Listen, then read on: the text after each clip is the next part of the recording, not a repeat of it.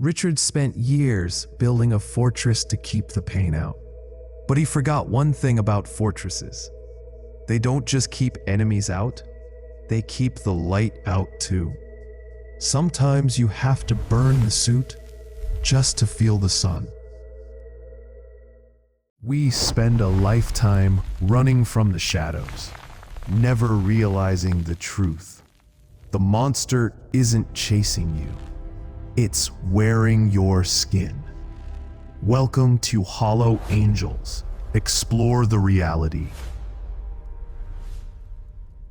They say grief is just love with nowhere to go. But for Richard, grief was a suit of armor.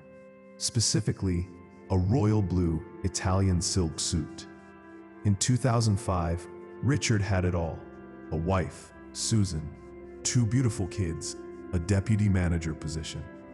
But one afternoon, a silent aneurysm took Susan away, and Richard decided that the only way to survive the pain was to stop being a husband and start being a manager. He treated his grief like a logistics problem. He treated his children like unruly employees. He thought if he could just control the chaos, he wouldn't have to feel the heartbreak. He was wrong. Psychologists call this repetition trauma. When Richard was 10, he couldn't save his mother. Now, 30 years later, he couldn't save his wife. His mind built a wall. He wouldn't hug his 6-year-old daughter Mira because he was terrified that if he held her too tight, she might disappear too. So instead, he gave her schedules. He gave her performance reviews. But you can't manage a family. You can't negotiate with a toddler. And slowly, the house began to rot. The perfect family was mutinying. Richard was drowning in dirty laundry and silence. Until the morning, Mrs. Gable knocked on the door. Mrs. Gable was 70, a retired military psychologist and the neighborhood eccentric. She didn't bring a casserole. She brought a wooden box and a reality check. She told him, "Richard, you're failing. Not because you're a bad father, but because you're still wearing that suit. You're treating your life like a business transaction because you're scared to death of feeling anything." She revealed that the box was from Susan. His late wife had left it weeks before she died. She knew this would happen. Mrs. Gable held up the key.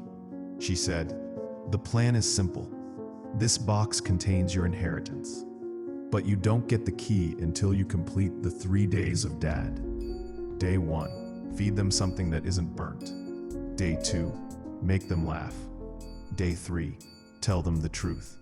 For 2 days, Richard struggled. But on the 3rd day, the manager finally resigned. He sat on the kitchen floor. He took off the armor, that royal blue jacket. He looked at Mira and Tim, and for the first time in 3 months, he didn't check his watch. He told them, "I miss her too, and I don't know what I'm doing." He expected them to panic. Instead, they hugged him. They didn't need a manager. They just needed their dad, even a broken one. He passed the test. He opened the box. Inside there was no money, no deed to a house, just a recipe for silly face pancakes and a DVD. On the tape, Susan said the words that saved him. "Richard, if you're watching this, stop trying to be perfect. You can't fix everything. Just love them. That's enough." Richard never wore the blue suit on a Saturday again. He learned that the only way to avoid failure wasn't to be strong. It was to be vulnerable. Because in the end, love isn't about holding it all together.